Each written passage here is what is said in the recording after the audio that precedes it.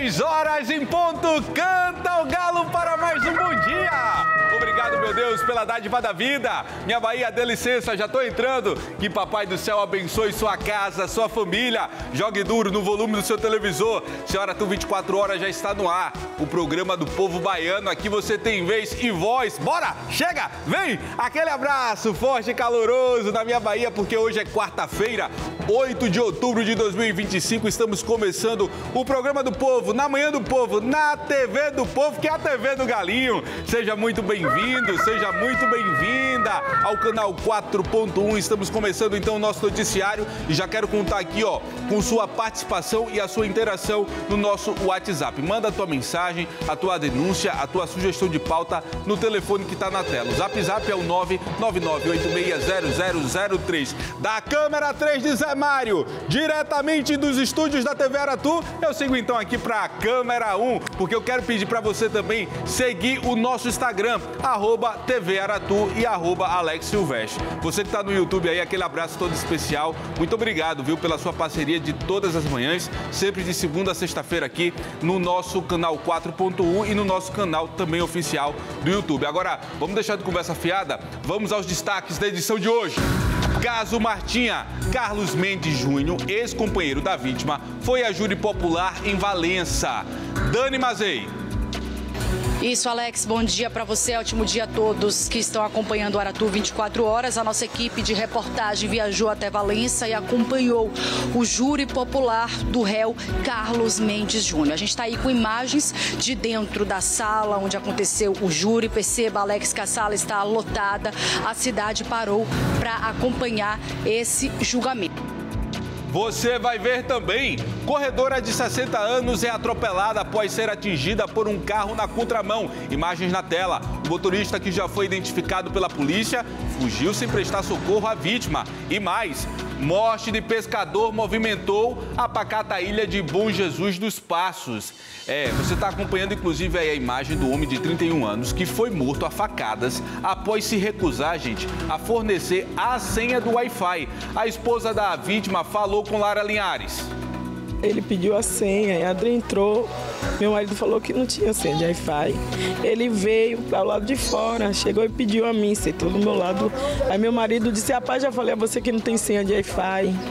Ele pegou, se levantou, meu marido foi para cima dele, se brigaram na mão. Aí aqueles dois saíram em soco de mão. Meu marido adentrou e eu fui para chamar alguém para separar.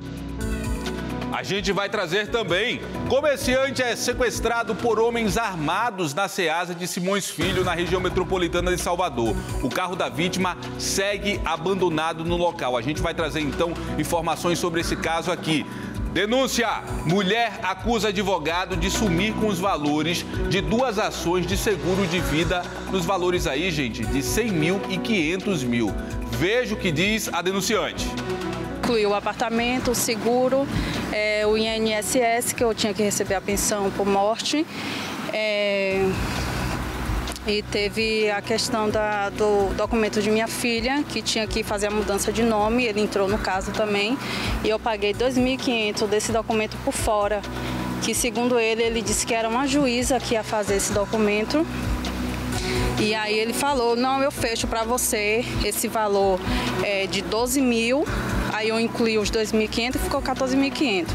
Eu fecho para você 12 mil e eu resolvo essas causas para te ajudar. E tem também a nossa coluna Papo de Política. João Tram, bom dia. Bom dia, Alex. Estamos de olho no caso Binho Galinha. Os deputados marcaram uma sessão extraordinária para analisar a prisão preventiva do correligionário, do deputado, lá na Assembleia. Política, segurança pública, esporte, tudo isso e muito mais agora no seu Aratu 24 horas. Muito bom dia, já estamos no ar com o seu noticiário de todas as manhãs, o nosso Aratu 24 horas, chega mais, essa é a sua cidade. Você está acompanhando aí uma imagem lá de fora, agora às 6h04 na Bahia, imagem muito bonita. Eu já quero seguir então para a nossa previsão do tempo, o cardápio está na tela aí, na sua tela. Bom dia, canta galinho, é isso, espanta aí a preguiça, né, de ponta a ponta do nosso estado. E eu quero então para as cidades selecionadas. Atenção, Salvador, Itambé, Senhor do Bonfim. Eu começo pela capital baiana, Salvador. Manhã e noite com muitas nuvens e possibilidade de chuva isolada. A mínima 22 graus e a máxima 30. Itambé, aquele abraço todo especial para você, morador, moradora. Manhã e noite com muitas nuvens. A mínima 17 graus e a máxima 32. Senhor do Bonfim, aquele abraço para você de Senhor do Bonfim também. Manhã e noite com muitas nuvens. Ventos moderados, mínima 16 graus e máxima de 31. E da nossa previsão do tempo, eu já sigo então para o nosso papo de política. Bom dia, João Tran. Bom dia, Alex. Seu bom dia hoje está mais animado. O espírito de quarta-feira está animado hoje. Apesar que eu tô todo de preto, né, João? Tá elegante, tá elegante. Tá elegante, João? Você dita a moda. Você aí, ó, é referência. Mas, João, temos referência também na política? E como, Alex, falar de um assunto que bate no bolso da população. Restrição na linha de crédito do INSS. Limite agora de até R$500 para antecipar o saque aniversário. Esse assunto vem sido alvo do governo do presidente Luiz Inácio Lula da Silva desde quando ele assumiu a sua nova gestão e também o ministro do Trabalho vem entoando alguns gritos contra o saque aniversário. Vamos lembrar a todos que acompanham que o saque aniversário foi criado pela gestão do ex-presidente Jair Bolsonaro em 2019. O que é isso? Basicamente, o saque aniversário permite aquela antecipação de valores que estão no FGTS, que você, contribuinte com seu salário, vai colocando mês após mês. Só que o presidente Lula, desde quando assumiu o seu mandato, tem dizendo que o saque aniversário é uma grande armadilha para a própria população. Segundo ele, à medida que a gente vai retirando esse valor, quando eventualmente acontece algum problema, como por exemplo desemprego, um auxílio-doença, tudo isso que está no nosso fundo do FGTS, que a gente vai contribuindo, a gente vai perdendo esse fundo, a gente vai gastando com esses saques. Então o governo Lula se posiciona de forma contrária. Ainda tem de pano de fundo que o valor que está no FGTS é muitas vezes utilizado pelo próprio governo para financiar obras, para fazer outras ações referentes àquele valor que o próprio trabalhador deposita e fica disponível para o governo utilizar. Então também tem esse pano de fundo que, na visão do presidente Lula, ele externaliza que é ruim para o trabalhador, mas para o próprio governo não é positivo também. Essa medida agora dificulta a nossa quantidade de saques que nós temos disponíveis ao longo do ano. Ao invés de 8, cai para 5 e ao invés de não ter o limite, agora tem no mínimo R$100 nesses saques e no máximo R$500. Então, mudança para você que é contribuinte, você que é trabalhador, afeta diretamente o nosso bolso, Alex. Atenção para você que está acompanhando o canal 4.1, esse é o Papo de Política. Hora certa na Bahia, Galinho. 6 horas e 8 minutos. A gente está então aqui no nosso Papo de Política, mas em instantes. Vamos voltar a falar do caso Martinha. Carlos Mendes Júnior, ex-companheiro da vítima, foi a júri popular em Valença. Você lembra desse crime? Já já, Dani Mazei chega com mais detalhes sobre esse assunto. Roda só um trechinho aí do material que a gente preparou para o pessoal de casa. Vai lá.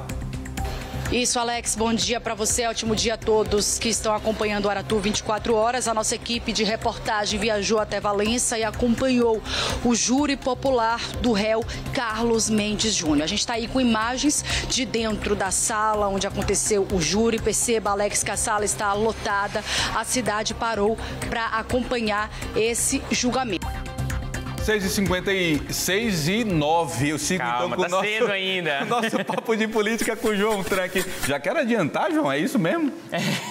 Calma, quarta-feira você tá muito animado hoje, viu, Alex? Tô muito animado, tá né, João? Terminar já quarta. O que vai ter de bom hoje? Terapia tá em dia. Ô, João Tran, vem cá, reunião extraordinária, é isso mesmo, da CCJ?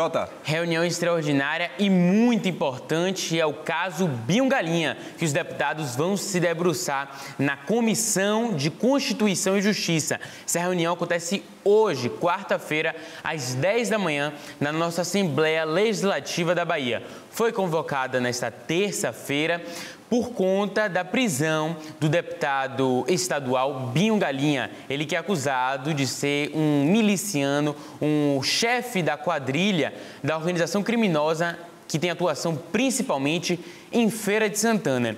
Inclusive, teve um vídeo que circulou nos últimos dias, seja nas redes sociais, no WhatsApp, que muitos atribuíram até, será que não é inteligência artificial? Será que é de fato o Binho Galinha? Pois é.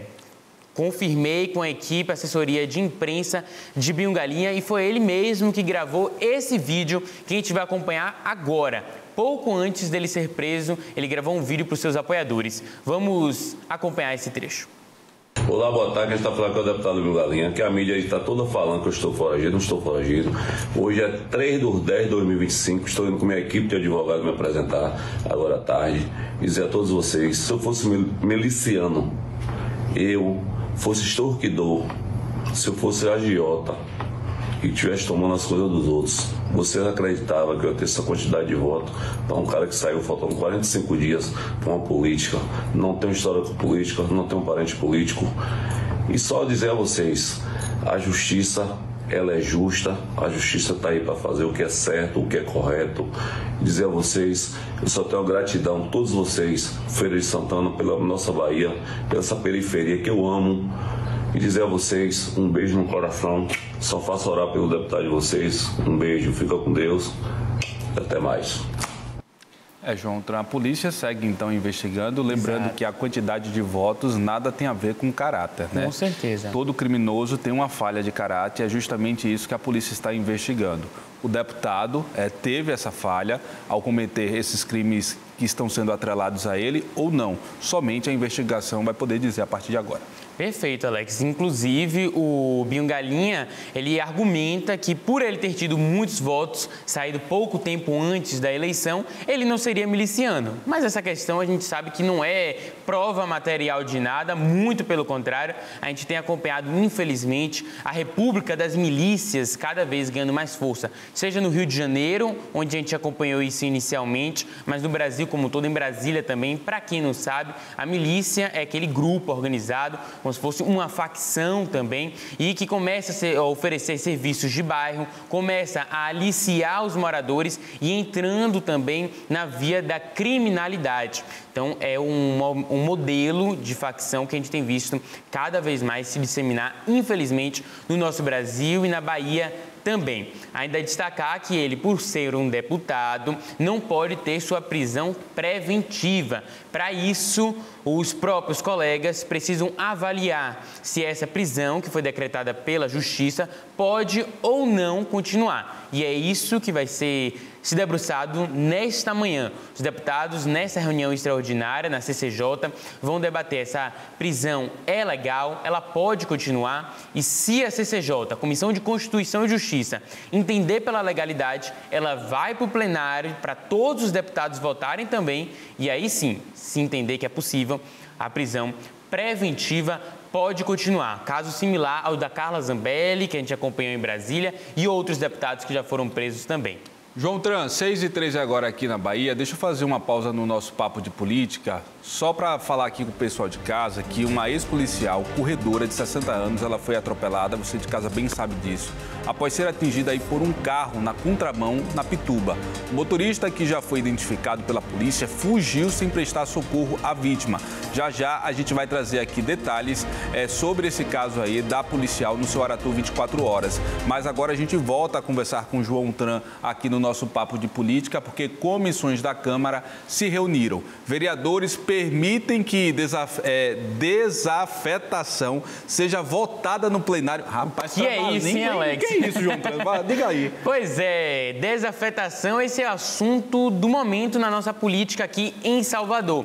Isso é quando a prefeitura, o órgão público, vai lá e compra um espaço que está sem utilização, um espaço, uma casa abandonada, por exemplo. Então, as desafetações acontecem neste sentido. Ou então até alguns espaços que têm, sim, donos, e pode sim também vir a ser da prefeitura ou a prefeitura vender espaços que têm donos, inclusive. Mas espera, a prefeitura compra ou desapropria esses imóveis? Exato, tem que fazer a contraprestação financeira, ou seja, tem que dar um dinheiro também por essa questão. Mas como são imóveis que têm donos, precisa de autorização da Câmara dos Vereadores. Agora, porque a gente já não fala logo direto a compra e a venda, João Tran? É o termo da política, o termo legal, tem todo aquele juridiquês. Ficar bem na fita, né? É para justificar o nosso terno aqui, a gente tem que falar difícil às vezes. João Tran, no nosso Papo de Política. João, por favor, meu amigo, suas redes sociais. Vocês acompanham tudo isso e muito mais no www.aratuon.com.br, essas pautas da nossa Câmara de Vereadores, da política, acompanhar o caso Bill Galinha hoje, acessa lá. E também meu Instagram, @JoãoTran, que a gente continua conversando sobre esses outros assuntos. 6h15 você não vai embora agora não, porque a gente vai para o nosso cafezinho de todos os dias. Ô, João, você perguntou porque eu estava feliz. E eu falei, pega aqui, amigo, eu falei que a terapia está em dia, eu não estou brincando não. Sabe o que é que eu aprendi numa das sessões? O quê? Vou te falar e falar para o pessoal de casa. Olha, compartilhando a sessão de Alex, viu? A gente precisa entender de uma vez por todas que não dá para mudar o passado. É preciso, ou é depressivo, viver pensando no ontem. Mas, Silvestre, devo canalizar minhas energias no futuro? Pode ser. Mas tenha moderação. Viver ansioso também não é jogo. Faz o seguinte, escreve aí. Tudo que você precisa dar conta agora, hoje, de preferência, põe as prioridades na frente e vai. Se não der conta, lembre-se que ninguém é super-herói e é isso que te faz humano. Um gole. Rapaz, estou gostando, viu, desse momento zen agora com o Silvestre. Pois é, você... Tem perguntas retóricas. Quase um monge, né? Não, você tá vendo? Terapia em dia. João Tran, obrigado pela sua participação e pela sua aula de todos os dias aqui no nosso Aratu 24 Horas. Um ótimo dia para todos. Vou seguir então com o nosso noticiário. E você já mandou sua mensagem aqui pra gente? Mande sua denúncia, sua sugestão de pauta para o nosso Zap que tá na tela. O telefone é o 999860003 e siga também o nosso Instagram, @TVAratu e @AlexSilvestre.tv. Você também pode acompanhar nossa programação no YouTube, @TV Aratu Oficial, e acompanhar tudo que está acontecendo então no nosso programa, sempre de segunda a sexta-feira. Gente, eu vou seguir de fato com o nosso noticiário aqui. Quero agora ir para o caso Martinha. O Carlos Mendes Júnior, o ex-companheiro da vítima, ele foi a júri popular em Valença. Dani Mazei acompanhou então esse julgamento e está chegando agora com outras informações para a gente. Dani, bom dia para você. Isso, Alex, bom dia para você, ótimo dia a todos que estão acompanhando o Aratu 24 Horas. A nossa equipe de reportagem viajou até Valença e acompanhou o júri popular do réu Carlos Mendes Júnior. A gente está aí com imagens de dentro da sala onde aconteceu o júri. Perceba, Alex, que a sala está lotada, a cidade parou para acompanhar esse julgamento. A gente vê a promotora Rita de Cássia Pires Cavalcante, o juiz César Figueiredo, que veio de Santo Antônio de Jesus para Valença para poder fazer esse julgamento, e os advogados de defesa. Entre eles está aí o José Elísio, que estão na defesa do réu Carlos Mendes Júnior. Familiares da vítima estão aqui acompanhando de perto. Muitos vieram da cidade de Mutuípe, cidade natal da Elmarta Souza Santos Luz, que era conhecida como Martinha. A Elmarta era conhecida como Martinha. Temos aí fotos dela também. Tinha 38 anos, deixou uma filha adolescente, inclusive filha que a Martinha teve com o assassino, com o Carlos, com quem a Martinha foi casada durante 16 anos. Alex, a gente relembra esse caso que aconteceu em setembro de 2024, em setembro do ano passado. A nossa equipe de reportagem acompanhou inicialmente as buscas por Martinha. A família inicialmente chamou a gente para procurar por ela, que estava desaparecida, Saiu para trabalhar, foi para casa almoçar, deveria retornar ao trabalho, mas não retornou. E aí o principal suspeito na época era realmente o Carlos, o ex-marido da Martinha, com quem ela tinha terminado aí há cerca de 8 meses. Parece que a Martinha também já estava em um outro relacionamento e o Carlos não aceitava o fim do casamento com ela. A informação é que o Carlos matou a Martinha enforcada, depois colocou o corpo dela dentro de uma mala. Ele também foi visto nas imagens das câmeras de segurança segurança comprando pesos de academia, aqueles halteres de academia, que ele colocou dentro da mala junto com o corpo e depois ele jogou a mala da ponte do funil. E o peso que ele colocou foi justamente para poder a mala afundar e não ficar boiando. Inicialmente ele negou o crime, depois ele confessou que realmente matou a ex-mulher, matou a Martinha, está preso desde então e a gente acompanha então o julgamento do Carlos para saber quantos anos ele vai pegar de cadeia. O próprio acusado, ele colaborou, né, a partir do segundo ou terceiro dia da investigação, ele assumiu a autoria diante dos elementos de informação que a gente já tinha colhido até então, principalmente filmagens, né, e ele tinha entrado em contradição nos 2 primeiros depoimentos dele e com isso a gente fez com que ele viesse a confessar e indicar o local onde o corpo da sua ex-companheira estaria e como ele tinha jogado lá na ponte do funil. Enquanto isso, a gente está aqui também com alguns parentes. Eu estou com o César, que é o tio da Martinha. César, eu queria que você falasse da sua sobrinha, porque a gente está vendo várias camisas aí dela com roupa de academia, porque realmente ela era vaidosa e ela gostava muito de academia. Eu queria que você falasse um pouquinho quem era a Martinha, a sua sobrinha. Martinha era uma pessoa muito carinhosa com a família. Onde ela chegava, o brilho dela, o sorriso dela era muito lindo. Aí, quando ela veio para Valença, morava muito, veio para Valença, aí começou a trabalhar aqui de boa. Aí a gente ficou todo dia a gente estava aqui vendo ela por aqui. Aí aconteceu esse negócio aí que a gente ficou chocado, a gente veio para aqui muito triste. A gente foi até na ponte do funil para encontrar ela, não conseguiu. Até hoje a gente está mesmo. Eu tinha ela igual uma filha para mim. Mas é isso mesmo, a gente quer mesmo só justiça. Olhar para o Carlos aqui no julgamento, ele parece ser muito frio, né? Porque a informação é que ele teria premeditado todo o crime, porque ele foi visto comprando álcool em uma farmácia, né? As imagens das câmeras de segurança. Depois ele foi visto comprando os halteres, os pesos de academia. Foi visto comprando uma corda e depois ele dirigiu cerca de 70 quilômetros. Ele dirigiu de Valença até a ponte do funil em Itaparica, onde ele jogou a mala. Então, é difícil olhar para ele aqui hoje, né? É muito difícil. Ele foi muito frio. Ele esperou a filha sair dentro de casa. Era o que? Eram 5 horas. A filha foi para academia. Ele deu dinheiro para a menina pagar a academia. Aí ele chegou, mandou a filha sair. Depois ele pegou. Já tinha matado ela, botar dentro do carro. Aí depois pegou, botou dentro da mala e amarrou ela para a água entrar e botou 2 pesos de 5 quilos.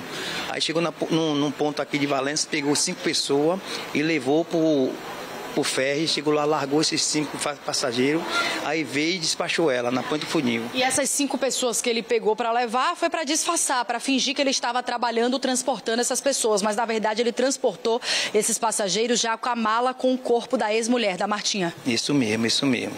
Ele tem que pegar mesmo, ela pega 100 anos de cadeia, não fica 10 anos, né? Fica muito pouco. Ela pegar prisão perpétua para nunca mais sair da vida dele. Aqui no Brasil não tem prisão perpétua, mas aí o senhor espera que seja dada uma pena máxima de mais de 30 anos. 30, 40 anos, por aí.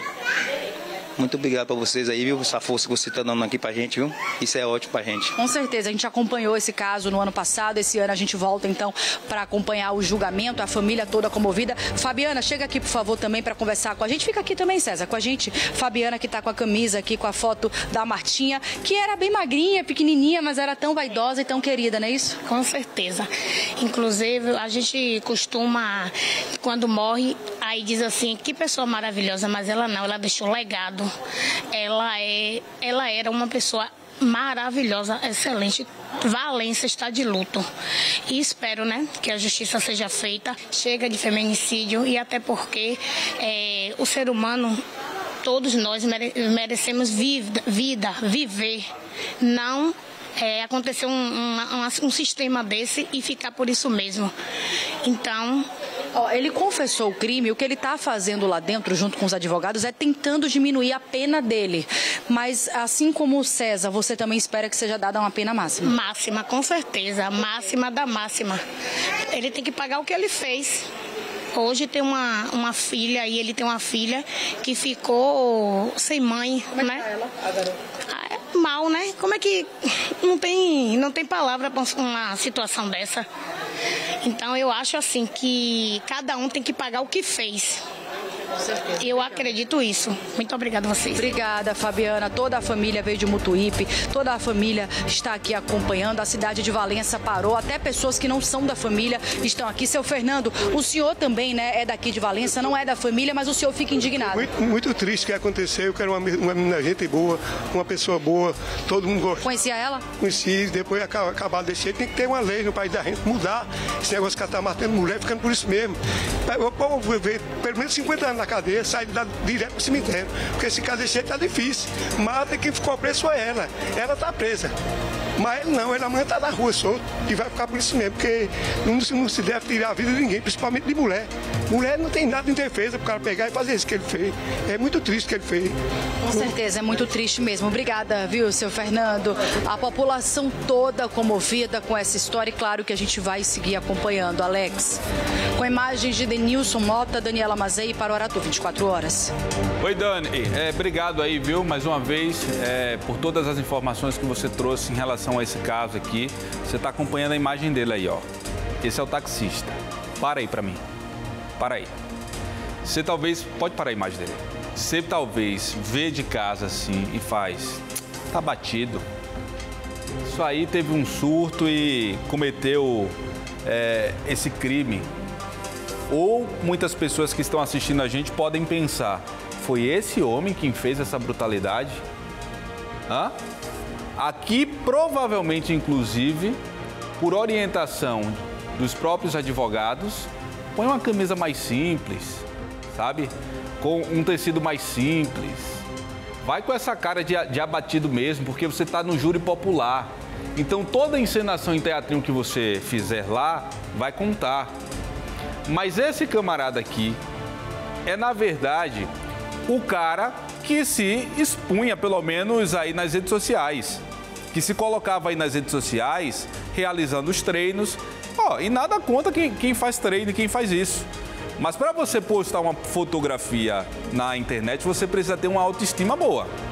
Quem tem problema com autoestima... Olha aí, quem tem problema com autoestima não vai publicar uma foto dessa na internet. Ô Silvestre, que viagem é essa? Você quer chegar aonde? Eu quero chegar no seguinte: você que é motorista aí, ele é taxista, não esqueça disso. Você que é motorista. Se você tiver uma situação de pressão, de tensão no trânsito, a sua perna parece que não responde. Aqui na 1, ó, a perna fica assim, ó. Você tenta acelerar, você tenta frear e faz isso aqui. O que eu quero dizer é o seguinte: como é que esse camarada, vem pra mim na 3, como é que esse camarada, ei, você que tá assistindo, você tem essa resposta pra mim? Como é que ele conseguiu dirigir o táxi dele pela cidade depois de ter matado a mulher com quem ele conviveu por 16 anos, gente? É isso que tem que ser contado, é isso que tem que ser levado em conta no júri popular. Não é essa carinha de abatido dele, não.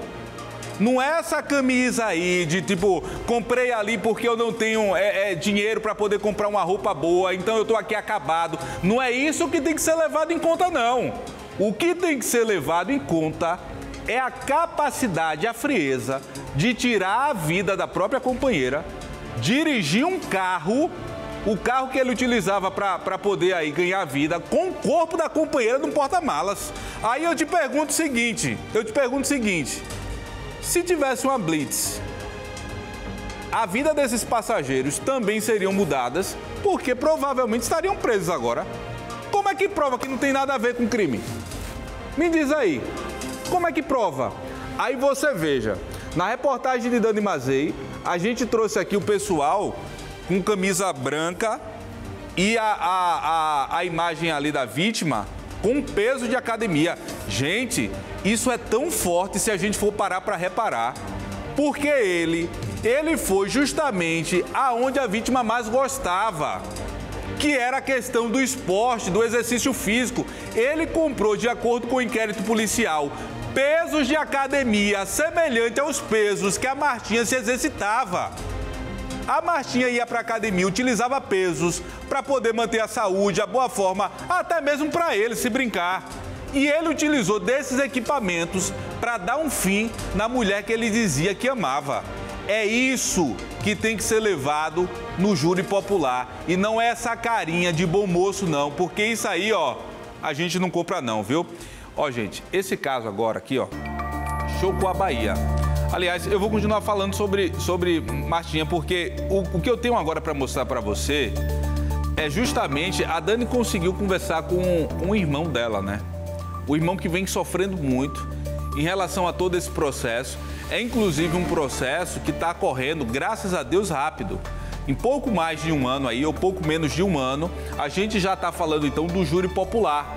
E Dani conseguiu conversar com o irmão e eu quero que você aí de casa assista agora. Rodou.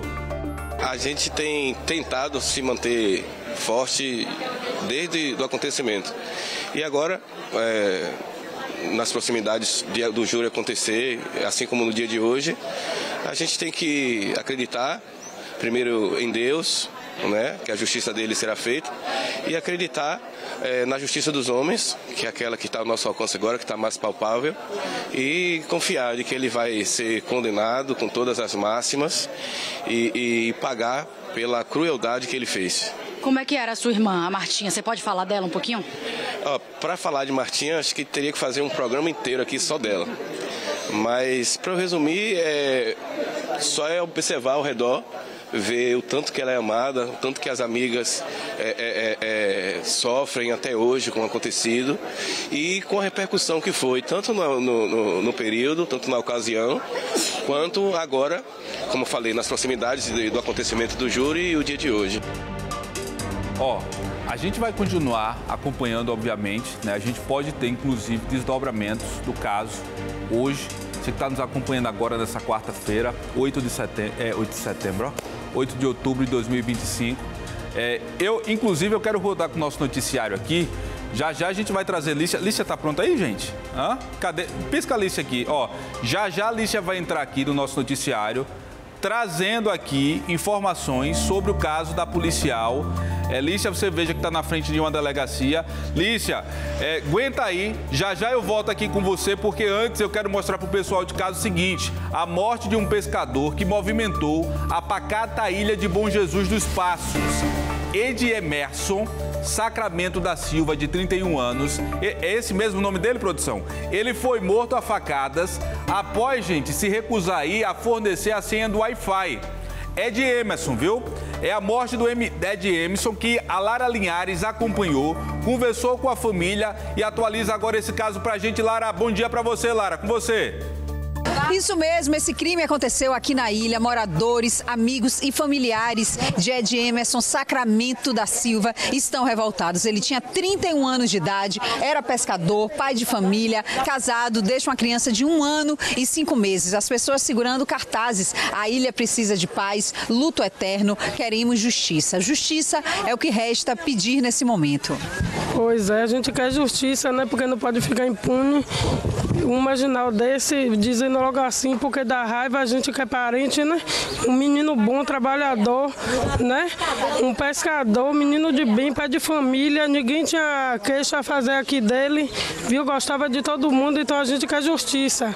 A história foi a seguinte: Ed Emerson estava em casa com a esposa Jaqueline, que estava ninando a filhinha do casal, no momento em que Adriano, esse é o nome do suspeito, chegou pedindo a senha do Wi-Fi. Ele estava aqui na ilha há cerca de 4 meses e morava bem perto dessa família de Ed Emerson. Ed Emerson explicou que não tinha Wi-Fi e iniciou uma discussão. Ele não gostou da maneira com que Adriano falou com a esposa dele. Eles entraram em luta corporal. Jaqueline correu para pedir ajuda, mas não deu tempo. Quando voltou, o marido dela já estava caído no chão. Ele recebeu 3 facadas na região da clavícula, no pescoço e no peito. Chegou a ficar agonizando por alguns instantes, mas infelizmente não resistiu. Todos os moradores, familiares e amigos dizem que Ed Emerson era um cara legal, do bem, trabalhador. Ninguém ainda está entendendo e nem acreditando no que aconteceu. Verdade, o que eu quero falar nem é sobre o fato do que aconteceu, eu quero falar mesmo sobre a segurança da ilha, que a gente não temos segurança, entendeu? É segurança mesmo que a gente precisa, porque ontem no momento não teve polícias, não teve reforços para correr atrás do bandido, que ele estava aqui na ilha, ele fugiu até até o momento também. Conselho tutelar que a ilha não tem, entendeu? Muitos de menores aprontando, muitos de menores bebendo, fazendo coisas que não devem ser feitas. E a ilha está entregue a traça e Zé Barata. Um lugar bonito, um lugar turístico, mas que infelizmente... Certeza, mas não adianta ser bonito e não ter segurança para moradores e a gente, moradores, não ter aonde recorrer quando acontece isso. Porque eu garanto que muitos não estão gostando por ter chamado a reportagem, mas esse caso não pode ficar impune, a gente quer justiça. Os cartazes confirmam, a ilha está à toa, queremos solução, queremos justiça. Jaqueline, esposa de Ed Emerson, que estava no momento do homicídio, conversou com a gente sem mostrar o rosto, muito abalada. Vamos acompanhar a entrevista. Ele pediu a senha, e a Adri entrou, meu marido falou que não tinha senha de Wi-Fi. Ele veio para o lado de fora, chegou e pediu a mim, sentou do meu lado. Aí meu marido disse, rapaz, já falei a você que não tem senha de Wi-Fi. Ele pegou, se levantou, meu marido foi para cima dele, se brigaram na mão. Aí aqueles dois saíram em soco de mão.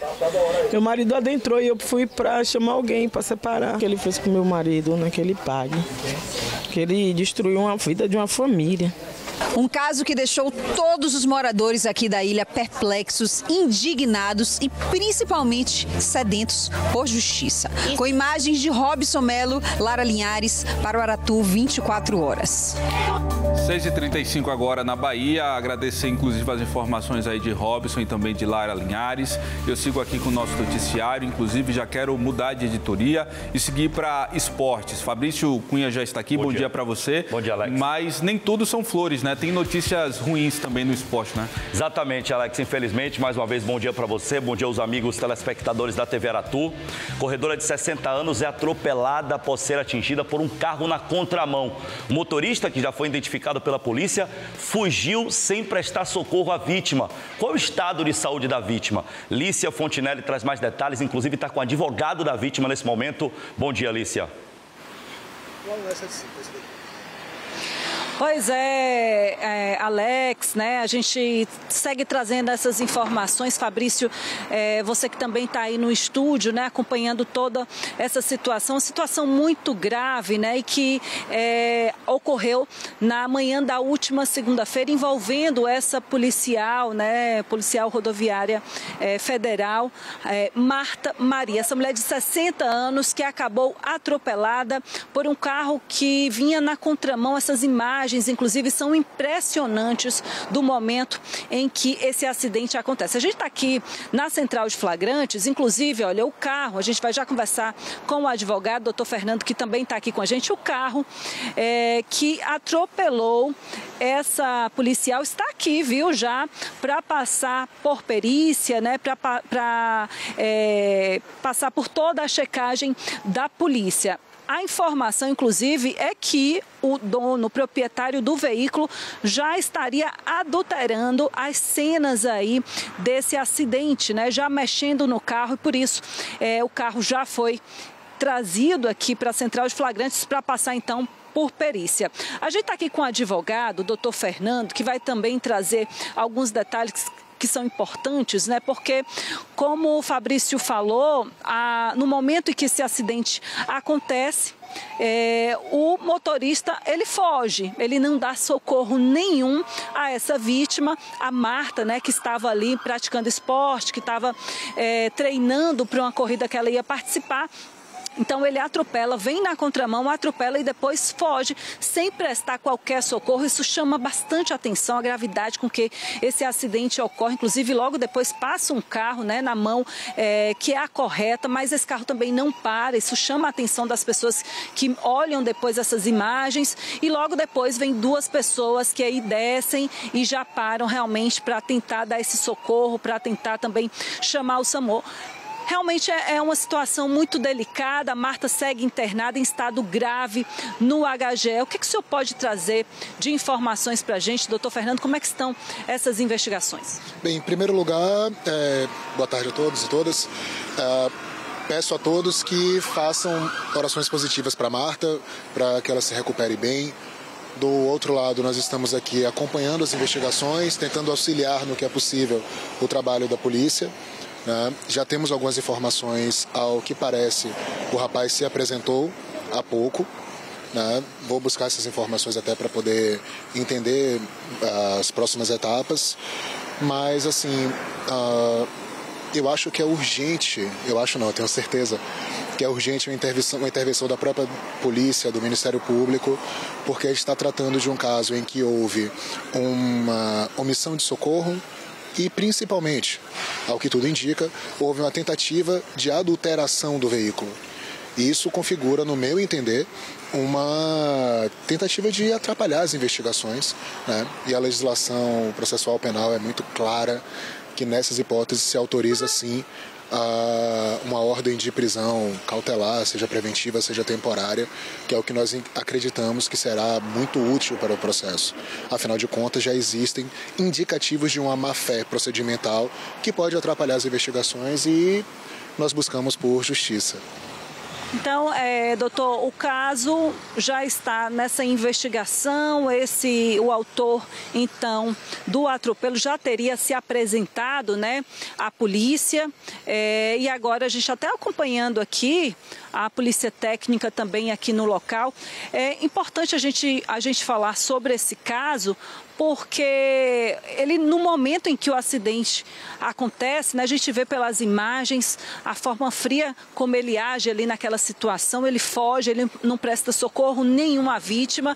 E tem detalhes ali que são importantes, porque a via ela não estava até tão movimentada por ser de manhã, né? Então, se ele alega, por exemplo, que fugiu porque estava correndo algum risco, a gente vê que quase não tinha ninguém nem circulando ali naquele momento. Então, realmente, ele nega o socorro para aquela mulher que está numa situação bem delicada ali depois do atropelo, não é isso?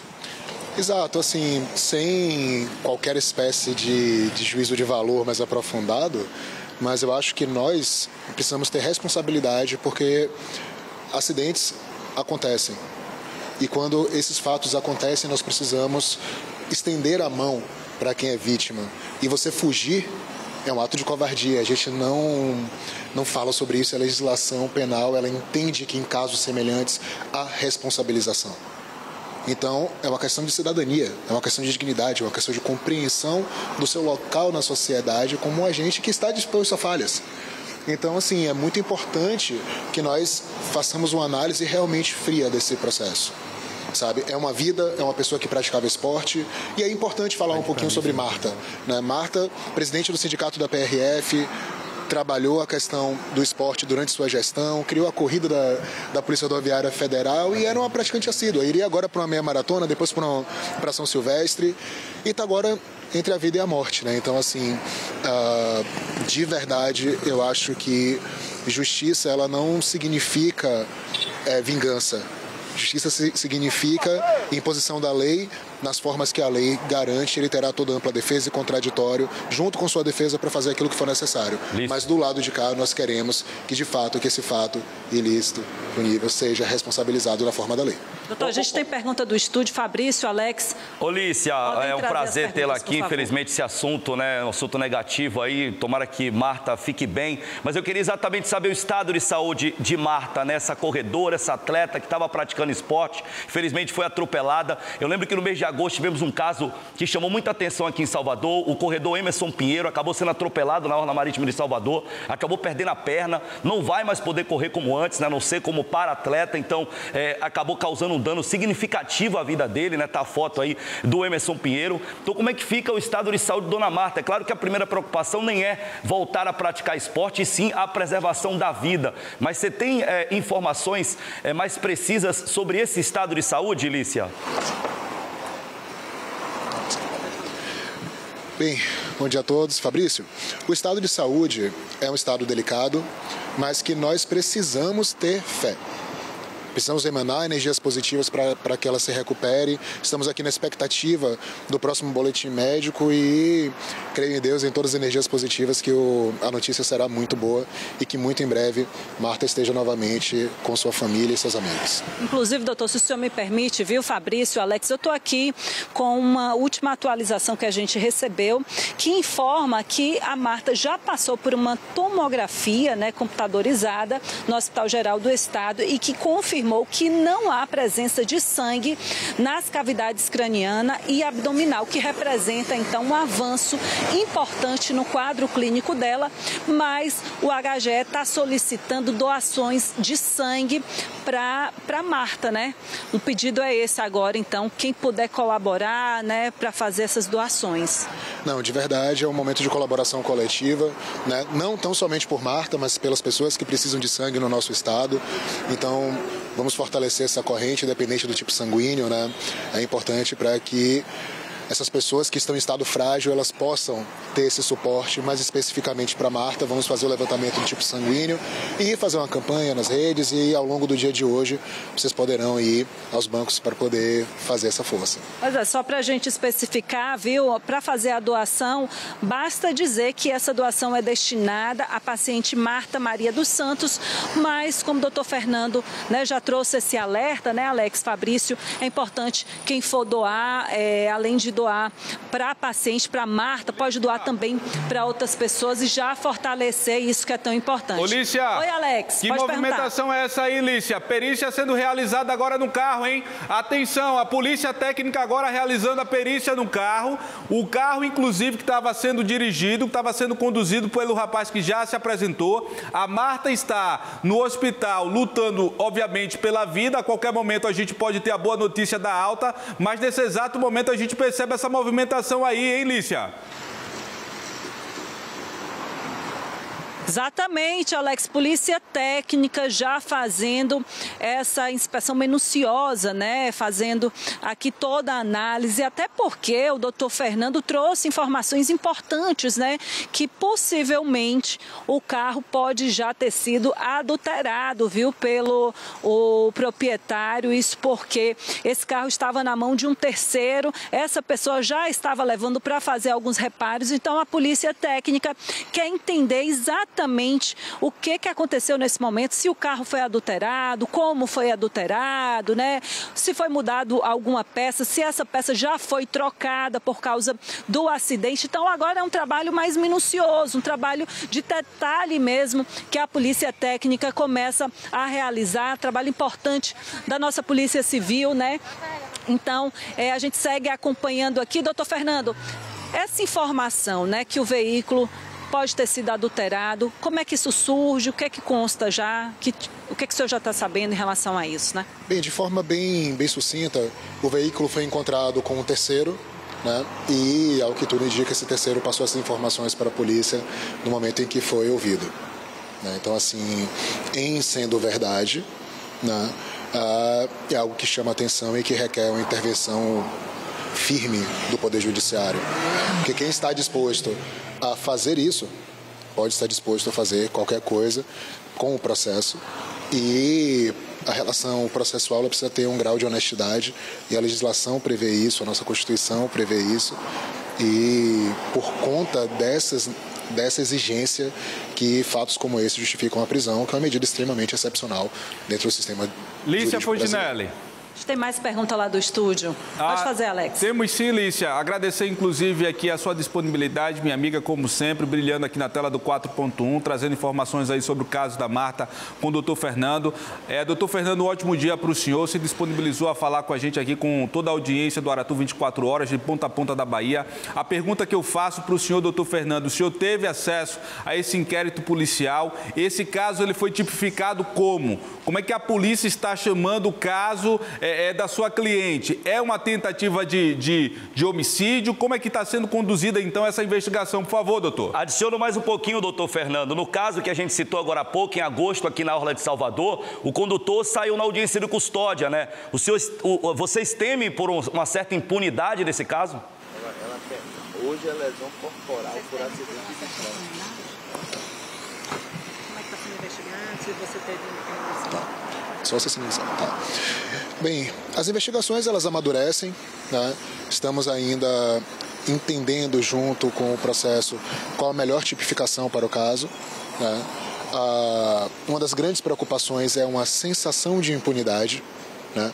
Sensação de impunidade que acontece muitas vezes quando as estruturas do Estado responsáveis pela persecução penal, elas não agem com a celeridade que a gente espera, não é o caso dos autos, né? Mas assim, torna-se mais uma vez urgente que o Poder Judiciário analise a adequabilidade ou não de um cerceamento cautelar de liberdade, de um pedido de prisão, falando em bom português, que advogado gosta de falar um pouco difícil, né?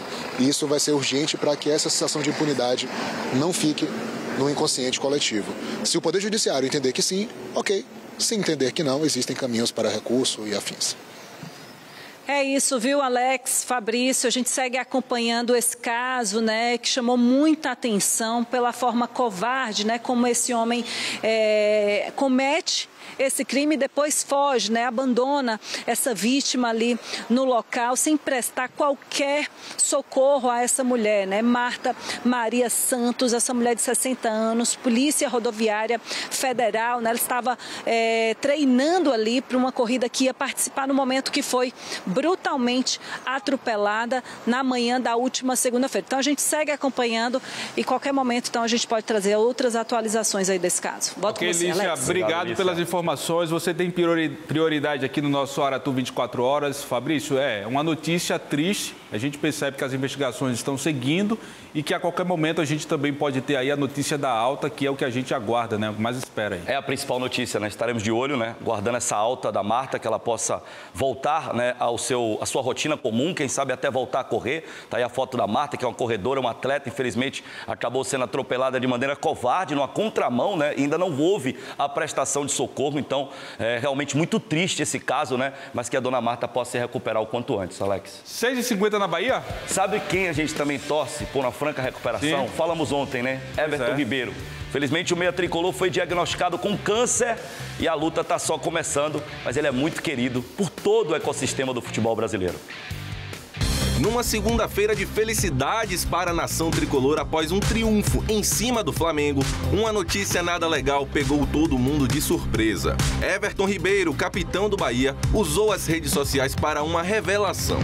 Em um post direto, sem arrodeios, o atleta de 36 anos comunicou que precisou passar por uma cirurgia na tireoide após ser diagnosticado com um câncer. Everton descobriu a doença há um mês e, mesmo assim, entrou em campo 8 vezes pelo esquadrão, tendo esperado para fazer a operação na pausa desta data FIFA. Se dentro de campo o camisa 10 esbanja a categoria, fora dele é só coração. Um amigo de fé, um cara de família que gosta de compartilhar o dia a dia com a esposa, Marília Neri, e seus 2 filhos pequenos. Everton agora segue em recuperação. O Bahia ainda não divulgou o quanto tempo que o meia ficará fora dos gramados. A torcida agora não é só dos tricolores. Nessas horas de dificuldade, a camisa é uma só. Pelo Instagram, Curitiba e Flamengo, ex-times de Everton Ribeiro, desejaram forças ao atleta. Recentemente, quem também precisou parar foi Osvaldo, atacante do Vitória. Foram 136 dias de fora devido a um tromboembolismo pulmonar.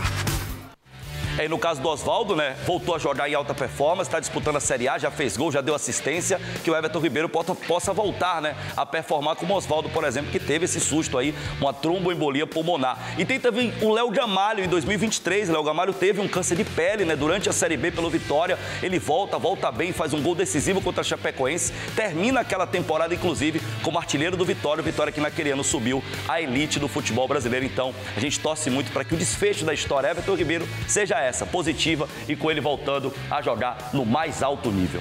Agora, bora começar aí a falar dos jogos atrasados, hein, do Brasileirão?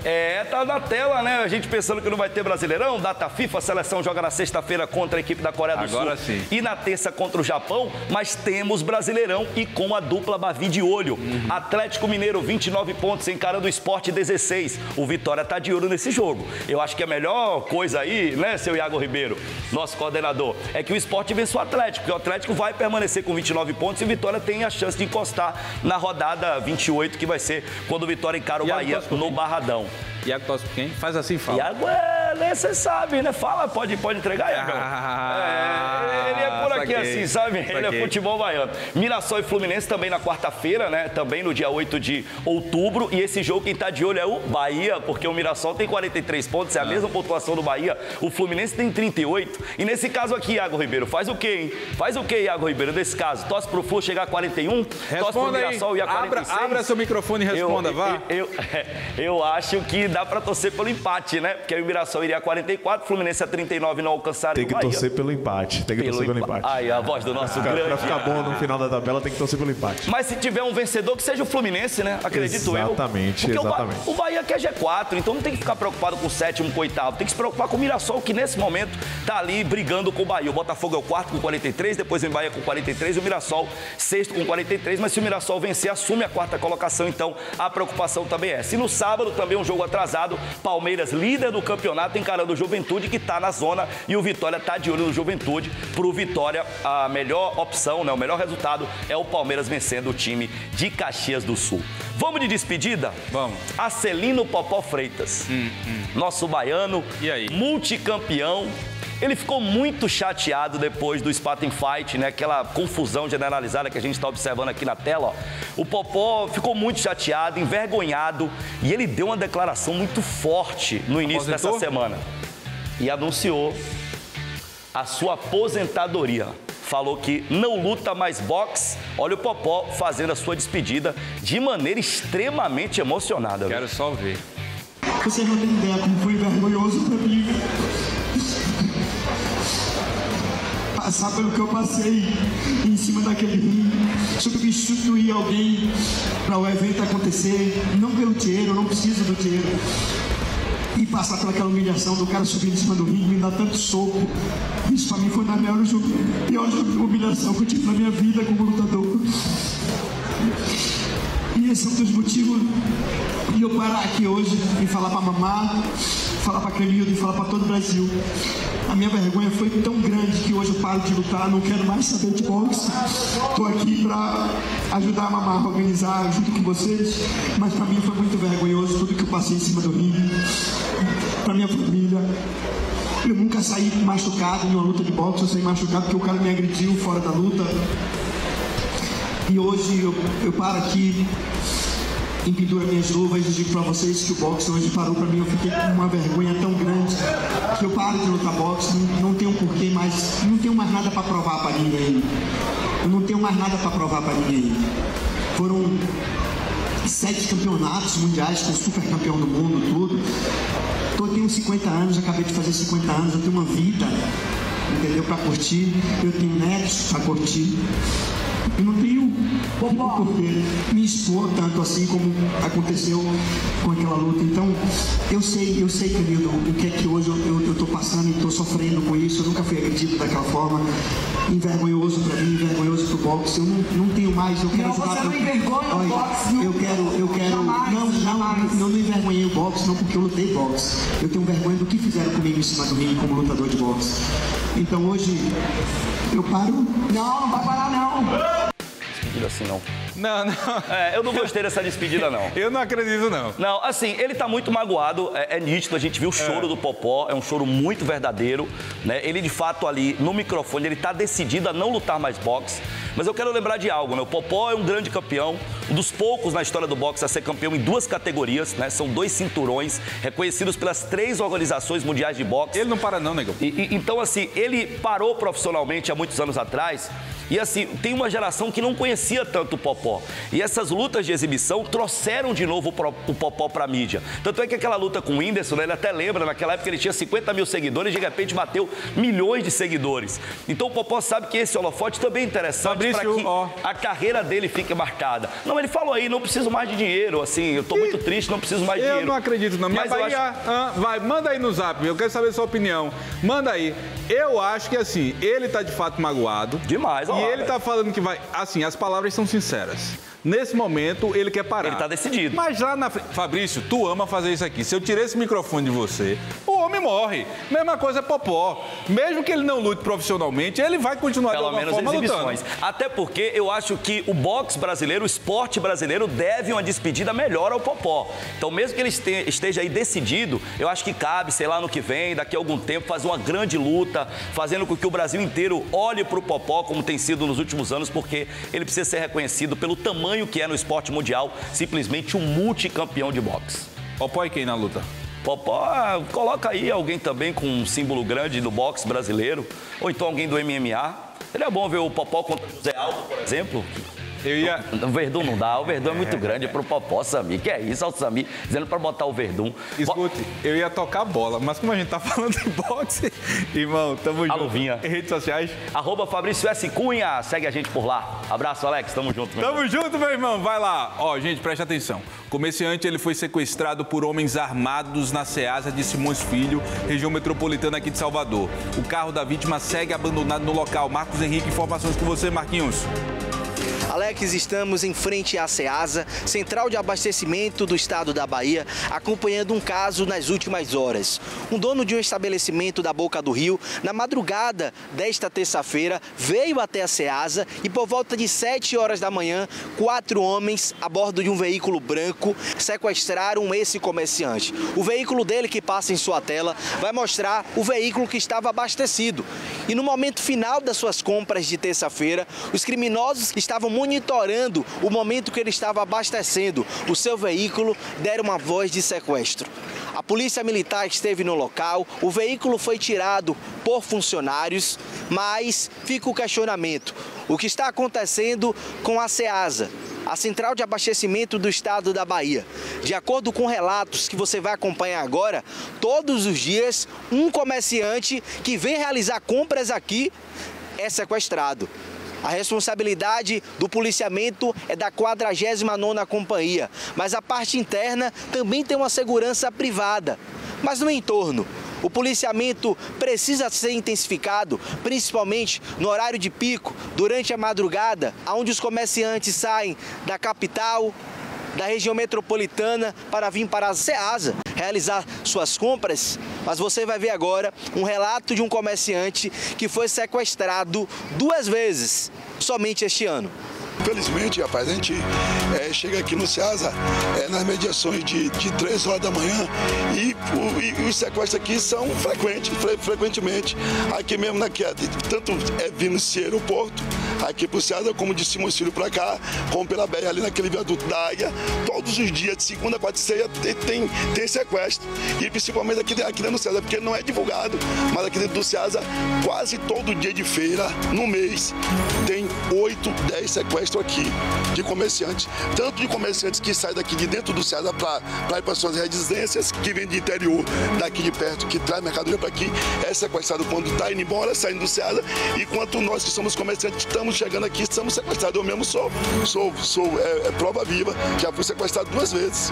2 vezes, guerreiro? 2 vezes aqui vindo pro Ceasa, já fui sequestrado. Então, meu irmão... Levaram quanto? A primeira levaram 13 mil, na segunda levaram 8.500. Imagine só, 2 vezes, um prejuízo de mais de 20 mil reais. Quem vai pagar esse prejuízo?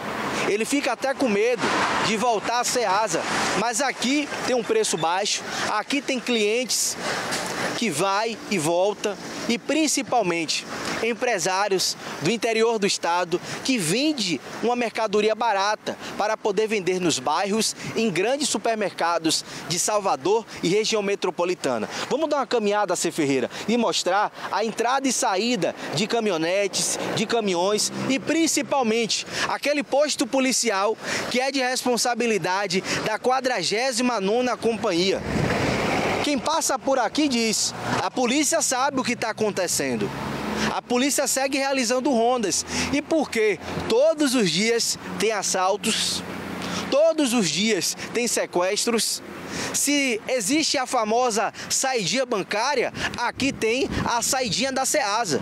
Quando os comerciantes saem na rotatória da metropolitana dessa região do CIA, os criminosos utilizam 2 veículos para realizar o fechamento, dão a voz de assalto, sequestram os comerciantes e aí o prejuízo. 5, 10, 15, 20, até 80 mil reais, acredite. E o comerciante fica com medo. Dá para viver desta forma? E se o comerciante não tiver um valor na conta? Vai ter que pagar com a vida? E de quem será a responsabilidade? Quem são as vítimas para entrar em contato com a Polícia Civil?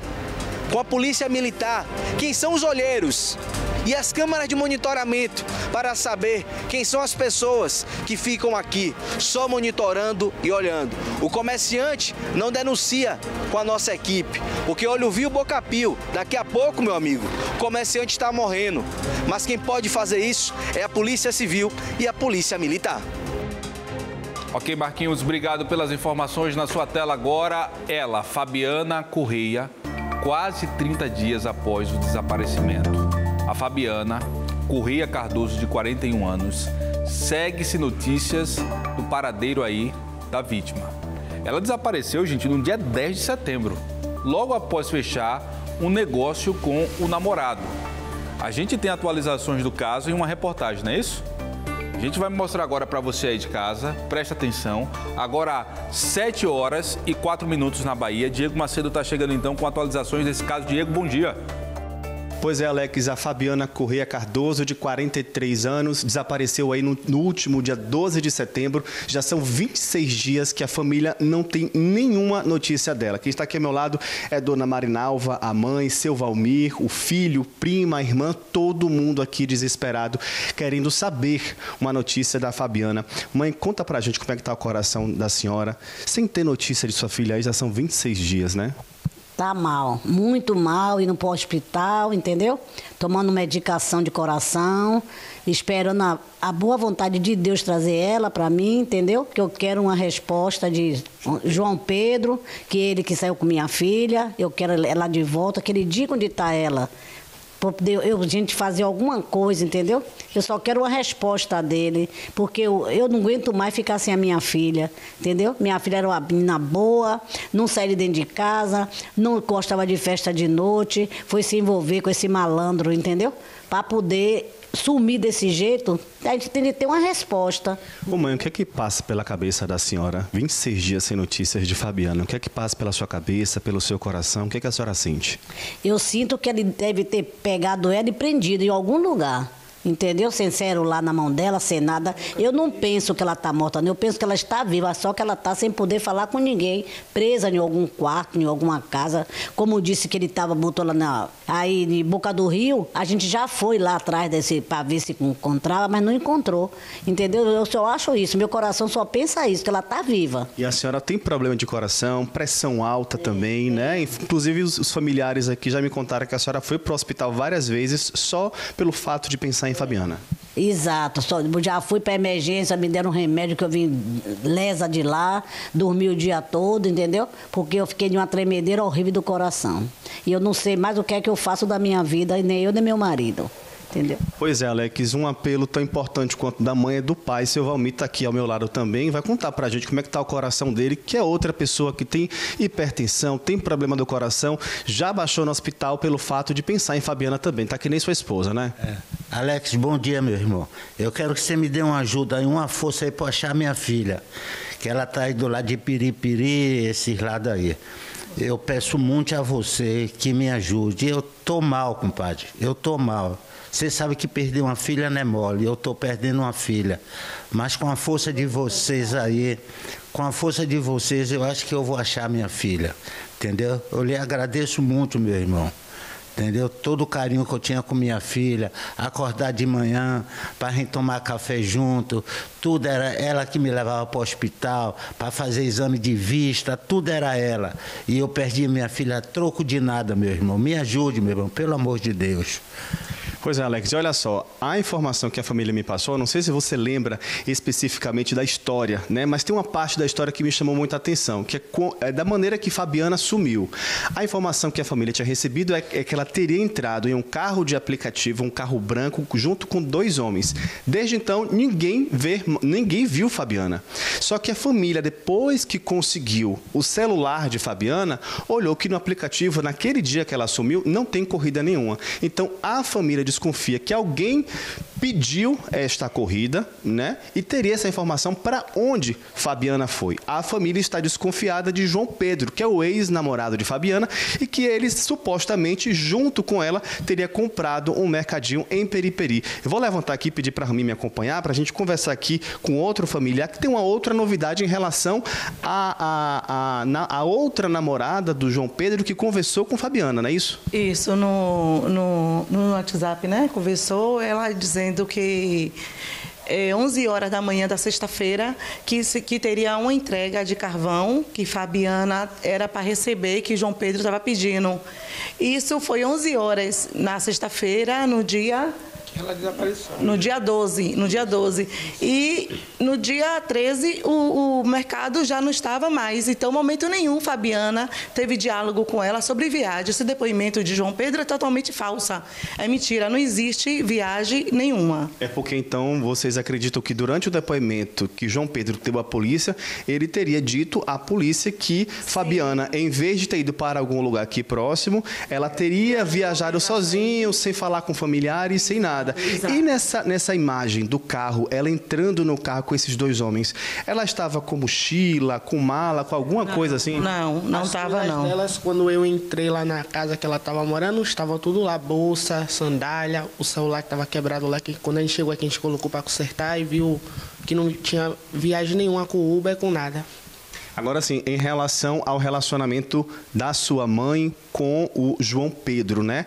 A casa onde ela ficava com o João Pedro ficava bem próximo, quase em frente ao mercadinho onde ela supostamente comprou, né? Agora conta pra gente o que é que foi que os vizinhos da região contaram pra família. Como é que era esse relacionamento dos dois? Era conturbado? Teve algum tipo de violência? Sim, ela uma vez chegou aqui em casa com o pé machucado, mas ela disse que caiu da escada, mas quando a gente chegou lá, os vizinhos falaram que ele deu uma pesada nas costas dela, que ela caiu e torceu o pé. E a outra, você tem algum outro tipo de informação que os vizinhos de lá passaram para a família? Que todo dia ele brigava com ela. Como é que é? Todo dia ele brigava com ela, maltratava ela demais, né? E a gente pediu também agilidade à justiça, porque com certeza João Pedro sabe demais, a gente quer que ele apareça, que ele dê mais informações. Tem uma outra informação importante que eu estou lembrando aqui, né? Quando vocês pegaram o celular da Fabiana, existia alguma tentativa bancária, de alguma transação bancária? O celular dela estava recebendo algum tipo de mensagem, algum tipo de e-mail? No caso, ela tinha 2 celulares. Um que ela usava e tinha um menor, que tinha as mesmas coisas que tinha no outro. Tudo que ela faz no outro chega nesse. Aí estava quebrado, a gente voltou para consertar e estava chegando tudo no e-mail. Estavam tentando fazer empréstimo no Nubank, tentando sacar dinheiro, mas não estava conseguindo. É uma informação que a polícia precisa averiguar. A gente acompanhou, viu que a polícia está trabalhando. A gente acompanhou também, Alex, o trabalho da perícia no local, nesse mercadinho onde supostamente a Fabiana teria trocado esse mercadinho por outro imóvel que ela tinha aqui em Areia Branca, em Lauro de Freitas. Agora sim, a família está aqui desesperada, querendo informações. São mais de 26 dias, todo mundo aqui querendo saber onde está a Fabiana, onde Fabiana foi parar. A gente está aqui acompanhando todo esse caso e a gente espera, a família pede mais celeridade da justiça, da polícia para trazer informações. A família aqui dizendo que quer Fabiana, principalmente espera que esteja viva, não é isso? Sim, com certeza. E teve até um relato também de um amigo dele falando que João Pedro não esperava mais nada, que estava distante dele, que não queria mais conversar com ele. Um tal de Alex, amigo dele, que esteve aqui também na casa do meu tio com Pedro e disse que não queria mais contato mais com ele por causa da atitude dele, que dele não esperava mais nada. E que Fabiana terminou com ele. Como é que é, mãe? Esse de Pedro, né? Não, outro. Alex disse que ela foi atrás dele. Alex, eu não quero mais nada com ele, eu terminei. E ele foi atrás dela. Alex, eu quero se saia mesmo. O celular dele. Isso tudo antes de montar o mercadinho, né? Que ele queria primeiro fazer na certa o lance dele, que a gente não entende direito o que foi que aconteceu, né?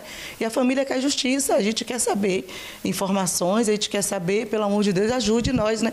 Porque meus tios estão aqui que não estão em condições. Muito difícil. Ok, muito obrigado por suas informações. Está aí o recado da família, né? Dado. A gente tem fotos de Fabiana, essa foto está no ar. Quem tiver notícias de Fabiana, entra imediatamente em contato com a polícia. Com imagens de Hamid Fan Cardoso, Diego Macedo, para o Aratu 24 horas. Obrigado, Diego, pelas informações. 7h13 na Bahia. A gente segue aqui com notícia porque uma mulher está acusando o advogado, gente, de sumir com valores aí de 2 ações de seguros de vida nos valores de 100 mil e 500 mil. Após entregar aí toda a documentação, o advogado teria desaparecido e não responde mais às ligações ou mensagens. Marcos Henrique é quem explica então esse caso pra gente. Bom dia, Marquinhos. Pois é, imagine só, você contrata um advogado para realizar uma situação envolvendo um seguro de vida. De lá para cá, a cliente, a dona Mônica, não tem mais informações desse advogado. Estamos aqui com a vítima para ela poder relatar as ligações, esse contrato, porque ela pagou um valor de 14 mil reais. Imagine só, e de lá para cá, o suposto advogado não atende as ligações, não aceita as mensagens, mas não responde. E agora ela quer saber aonde está esse dinheiro, porque a senhora pagou 14 mil reais, senhora? 14 mil reais. Ele incluiu esse valor, incluiu o apartamento, o seguro, o INSS, que eu tinha que receber a pensão por morte, e teve a questão do documento de minha filha, que tinha que fazer a mudança de nome, ele entrou no caso também, e eu paguei 2.500 desse documento por fora, que segundo ele disse que era uma juíza que ia fazer esse documento. E aí ele falou, não, eu fecho para você esse valor de 12 mil, aí eu incluí os 2.500 e ficou 14.500. Eu fecho para você 12 mil e eu resolvo essas causas para te ajudar. Aí foi quando eu percebi que ele não estava movendo ação nenhuma. Aí eu tive que entrar em contato com algumas pessoas para saber se a situação do apartamento estava em andamento. E ele dizia que já tinha suspendido, tinha feito a suspensão para poder a outra pessoa não ficar pagando e nem eu pagar até que resolvesse. Só que não houve a suspensão. A outra parte continua fazendo o pagamento do apartamento, que falta quitar ainda, e sendo que isso não resolveu nada, tanto do apartamento quanto do seguro. E do INSS também, ele tinha cobrado uma taxa que tinha que ficar pagando ele todo mês. Só que ele reverteu e disse que fecharia esses 14.500 e fechou. Só que até agora ele não resolveu nada. E ainda teve a questão do seguro, que ele falou que estava resolvendo, que ia ser feita a suspensão também do seguro para a outra parte não receber. E disse que eu tinha direito a esse seguro, porque foi do meu esposo falecido, e sendo que, que eu tenho 3 filhos com ele. E não houve a suspensão, a outra parte recebeu, e sendo que meus filhos têm direito, porque eu procurei saber, inclusive pessoas do Conselho Federal que chegou a ligar ainda, conversou com ela, ele tem áudio gravado sobre isso, sobre essa situação. Então ele tem tudo, tinha tudo nas mãos, mas de repente ele abandonou, não sei o que aconteceu. Não atende mais suas ligações? Não atende, só visualiza, manda mensagem, só fazia visualizar, o áudio também, ele não... Será que ele morreu? Possa ser que está morto, não sei. Vá que esteja. Agora imagine só, você contrata um advogado, esse advogado pega todas as suas documentações, a responsabilidade do advogado. E de lá para cá, a cliente, ela não tem mais uma resposta. A partir de agora ela contrata um outro advogado e principalmente está acompanhando esse caso para saber se ele não puxou todos esses valores que foram liberados.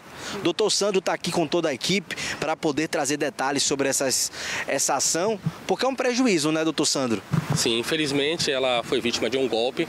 Hoje, infelizmente, a gente precisa entender se esse advogado, o doutor Thales, está vivo ou não. Infelizmente ele pode realmente ter morrido, mas o que se sabe é que ela perdeu R$ 14.500 reais e ainda a documentação do seguro, que hoje totaliza 600 mil reais, está em propriedade dele, não existe nenhuma ação em curso e ela não pode ficar no prejuízo. Mais do que isso, ele precisa também fazer a devolução do valor. Hoje vamos buscar o Poder Judiciário para que ele devolva a documentação, para que busque uma indenização pelos valores que ela pagou e a Polícia Civil para que possa ser investigada essa situação. Agora, o que chama a atenção é que ela contratou esse advogado, ele estava junto e agora a equipe fica tentando entender de que forma ele agiu, porque o escritório não encontra mais, ligações não atendem mais e agora é o momento de entender como a cliente vai ter esses valores devolvidos também, né? Exato, a gente já tentou contato com ele pela via extrajudicial, né? Nos apresentamos enquanto novos advogados dela, para entender até onde é que foi o trabalho dele também, até onde vai iniciar o nosso. E quando a gente liga, fala pelo telefone, fala pelo aplicativo de mensagem, ele não responde de jeito nenhum. Já chegou até a bloquear um dos nossos contatos, né? Através que a gente entrou em contato com ele, ele chegou a bloquear a gente e a gente não obtém êxito nem com o endereço dele. Inclusive aqui está o documento, né, de CNA, a ficha do CNA, que todo advogado tem, não consta endereço, não consta número dele registrado. Então, assim, a gente está preocupado sem saber o que o colega chegou a fazer enquanto profissional, né, processualmente, e o que a gente pode fazer pela cliente, porque é um direito que, se a gente não buscar o quanto antes, vai acabar precluindo. Ela está realmente precisando, tem filho pequeno, é um direito que vai acabar precluindo em razão da inércia do colega e, né, como a gente não sabe o que foi feito até o momento, a gente não achou processo, mas também questão administrativa também a gente não tem andamento nenhum, então fica um pouco complicado. Agora a gente está acompanhando esse caso, espera um retorno principalmente da OAB para entender principalmente se esse advogado está dando golpes, se ele está vivo, se ele está morto, porque o grupo de advogados que está acompanhando a dona Monique não consegue ter contato. A dona Monique, nem as ligações, esse suposto advogado atende. E agora? O prejuízo, mais de 14 mil reais.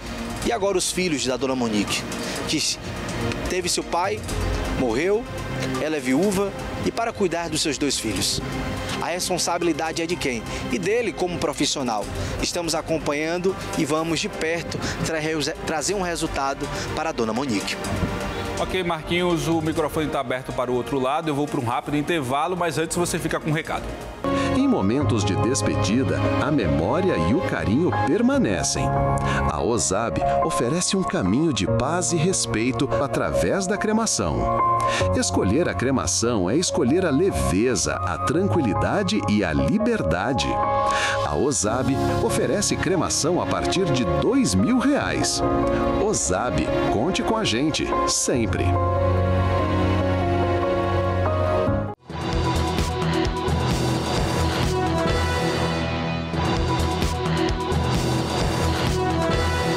Estamos de volta com o seu Aratu 24 horas. Deixa eu te fazer uma pergunta. Você lembra do caso Moisés? A gente exibiu ontem aqui. Ó, o drama desse garotinho aí, gente, de apenas de 7 anos, que convive com uma síndrome rara. Pois bem, a família procurou a nossa equipe porque o plano de saúde do pequeno Moisés tinha sido cancelado, mesmo havendo aí uma decisão judicial que garantia a continuidade do atendimento. E a boa notícia que eu trago para você de casa é que após a denúncia aqui no Aratu 24 horas, o serviço ele foi retomado. O plano de saúde já foi reativado, graças a Deus, e ele vai poder agora dar continuidade ao tratamento. Moisés, tô aqui, viu, torcendo por você, tá bom? Eu vou para mais um rápido intervalo e já tô de volta aqui com o seu Aratu 24 horas. Sai daí não.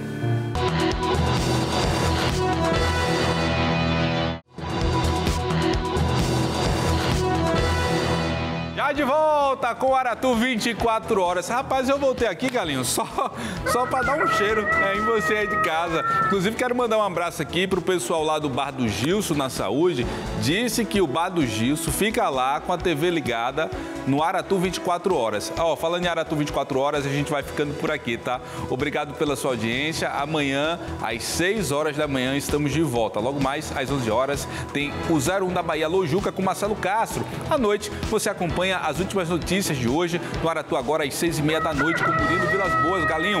E na sequência, tem Aratu Notícias com Pablo Reis. Até amanhã. Fica agora com a programação nacional do SBT. Tchau! As letrinhas começam a subir.